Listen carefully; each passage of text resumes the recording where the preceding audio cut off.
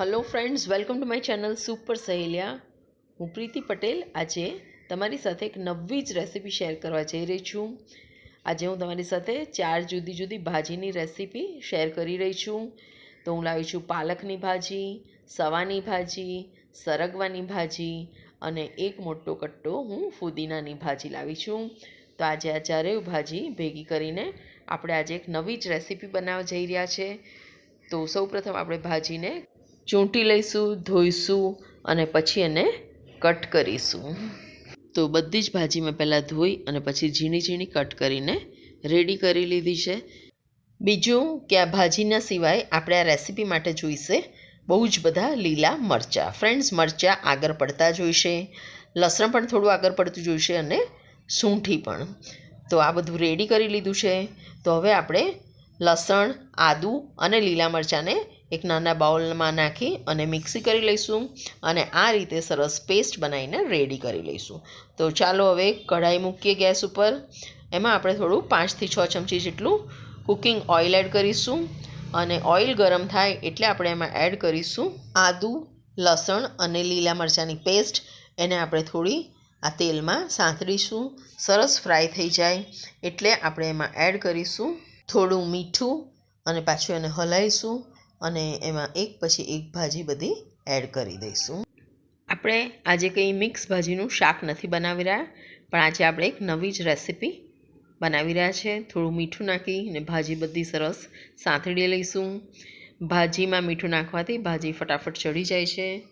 તો તમે જોઈ શકો છો લગભગ 5 થી 7 મિનિટ પછી આ રીતે ભાજીમાંથી પાણી છૂટશે અને આ જ પાણીમાં આપણી આ ભાજી પાછી ચડી જશે.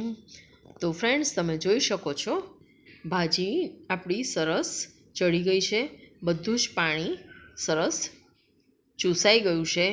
તો આ ટાઈમે આપણે ગેસની ફ્લેમ બંધ કરીશું અને ભાજીને ઠંડી થવા દઈશું. ફ્રેન્ડ્સ, આજે આપણે ભાખરી સાથે ખાવા ભાજી નથી બનાવી, પણ રેસીપીને આગળ જોતા રહેજો, ગમશે જ. તો ફ્રેન્ડ્સ, આપણી ભાજી સરસ ઠંડી થઈ ગઈ છે. તો ચાલો આપણે રેસીપીને આગળ વધારીએ. તો સૌપ્રથમ આપણે એક તપેલી લઈશું, 2 વાડકી બાજરીનો લોટ લઈશું અને 1 વાડકી આપણે પાણી લઈશું.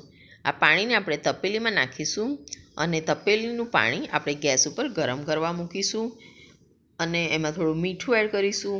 પાણી ઉકળે એટલે આપણે એને નીચે ઉતારી અને એમાં આપણે એડ કરીશું 2 વાડકી બાજરીનો લોટ. હવે આપણે એક વેલણ લઈશું અને વેલણથી આ બધો જ લોટ આપણે સરસ હલાવી લઈશું.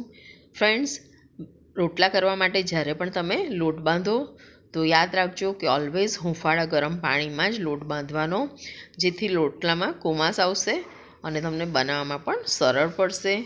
તો આપણે જોઈ શકીએ છીએ કે લોટ આપણો સરસ ઓલમોસ્ટ રેડી થઈ ગયો છે. તો હવે આપણે એને કથરોટમાં કાઢીશું અને મચેડીશું અને રોટલા બનાવવાનું સ્ટાર્ટ કરીશું. તો લોટ મચેડતા જો પાણીની થોડી પણ જરૂર પડે તો આપણે એમાં હૂંફાળું ગરમ પાણી જ ઉમેરવાનું છે અને લોટને કથરોટમાં એટલો મચેડવાનો છે કે લોટ કથરોટમાં ચોંટે નહીં અને એનો એક સરસ ગોલો બની અને રેડી થઈ જાય. તો તમે જોઈ શકો છો લોટ આપણો સરસ મચેડાઈને રેડી થયો છે. હજી પણ આપણે થોડો મચેડ્યા કરીશું. તો જેટલો મચેડીશું એટલું જ આમાંથી ગ્લુટન પેદા થશે અને રોટલા આપણા સરસ થશે. તો તમે જોઈ શકો છો આ રીતનું આપણે એને મચેડ્યા કરવાનું છે અને હવે કથરોટમાંથી લોટ એની મેતે જ ઉખડી જાય છે, સહેજ પણ ચોંટતો નથી. તો રોટલા બનાવવા માટે આપણો લોટ રેડી છે. તો ફ્રેન્ડ્સ, ચાલો રોટલા બનાવવાનું શરૂ કરીએ. તો રોટલા બનાવતા પહેલાં આપણે ગેસ ચાલુ કરીશું, કલાળી મૂકીશું, જેથી કલાળી આપણી સરસ હીટ થઈ જાય. તો લોટ આ રીતનો જોઈએ, તમે જોઈ શકો છો. તો ચાલો હવે એમાંથી લુવા કરીએ. તો ફ્રેન્ડ્સ, આજની રેસીપી શરૂ કરતાં પહેલાં હું તમને રોટલો કઈ રીતે વણવો તે બતાવી દઉં. આ રેસીપી ડિફરન્ટ છે અને રોટલો વણવાની રીત જુદી છે, પણ તમે જોઈ લો આ જ વિડીયોમાં. તો મેં કહ્યું એ રીતે લોટ બાંધશો તો રોટલી વણતા હોય એ રીતે તમે રોટલો સરસ મોટો વણી શકશો. ફ્રેન્ડ્સ, મોટા રોટલાને ફૂલાવો હોય તો ચારેય બાજુ તાપ સરસ જોઈએ, બધી બાજુથી તાપ અડવો જોઈએ.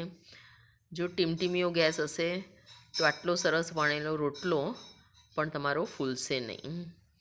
તો આ રીતે તમે ઇઝીલી રોટલાને વણી શકો છો.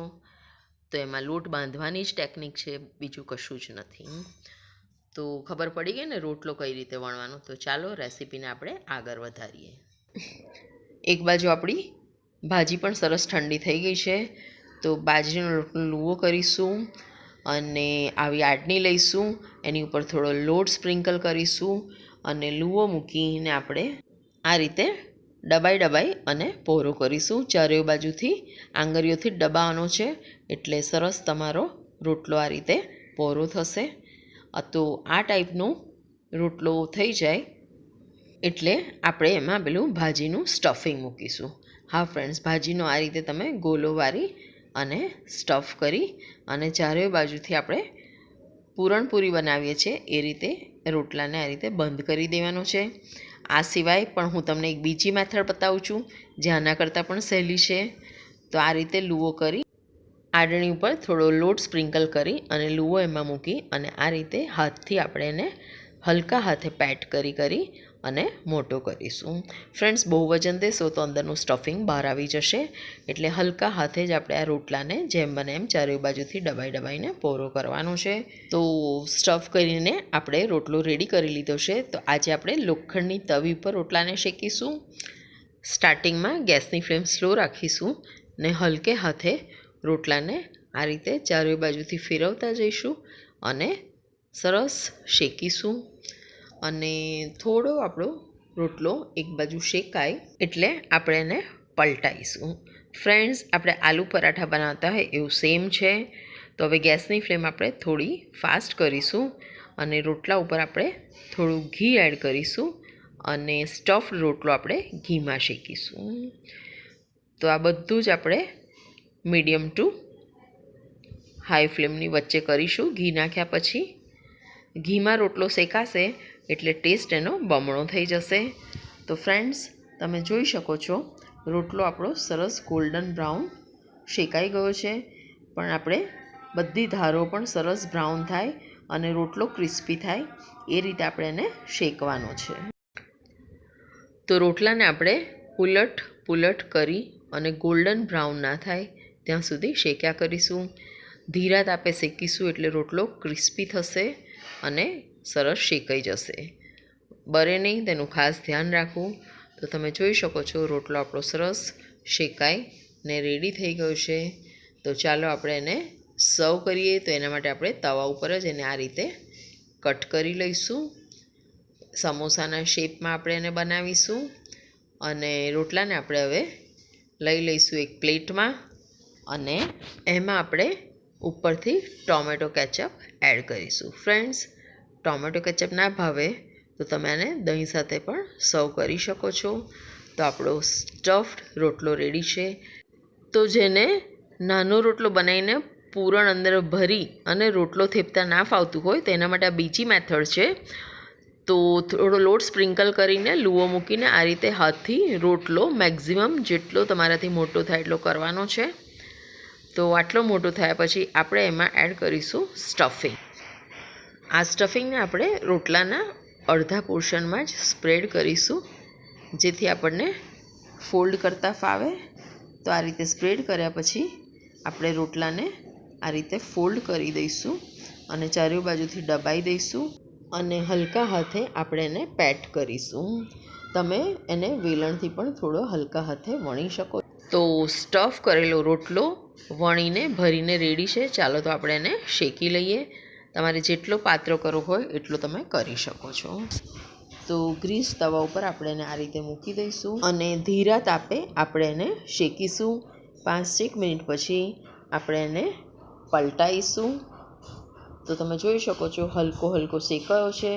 આ બધો પ્રોસેસ આપણે લો ટુ મીડિયમ ફ્લેમની વચ્ચે જ કરવાનો છે. આ રોટલામાં હું થોડું તેલ ઉમેરીને તમને બતાવું છું, એ પણ સરસ ક્રિસ્પી થાય છે. તો બંને બાજુથી હલકા તાપે જ આપણે એને શેકી અને ગોલ્ડન બ્રાઉન થાય ત્યાં સુધી કરવાનો છે. થોડીક વાર લાગશે ભાખરી કરતાં વધારે, પણ ખૂબ જ ક્રિસ્પી અને ખૂબ જ ટેસ્ટી થાય છે. તમને માન્યામાં જ નહીં આવે કે આ બાજરીના લોટના સ્ટફ્ડ પરાઠા છે. તો હલકા તાપે આપણે એને ઉલટ પુલટ કરી અને એકદમ જ ક્રિસ્પી બનાવવાના છે. તો ફ્રેન્ડ્સ, તમે જોઈ શકો છો આપણા બાજરીના લોટના સ્ટફ્ડ પરાઠા રેડી છે. તો ફ્રેન્ડ્સ, તમને આ રેસીપી સારી લાગી હોય તો ચોક્કસથી એકવાર ટ્રાય કરજો અને કમેન્ટ બોક્સમાં લખજો કે તમારા પરાઠા કેવા બન્યા. તો ચાલો સર્વ કરીએ. તો ચાલો આપણે એને કટ કરીએ. તો એના માટે આપણે પીઝા કટર લઈશું ને આ રીતે એને ઊભા સમોસા શેપમાં કટ કરીશું, જેથી આપણને ખાતા ફાવે.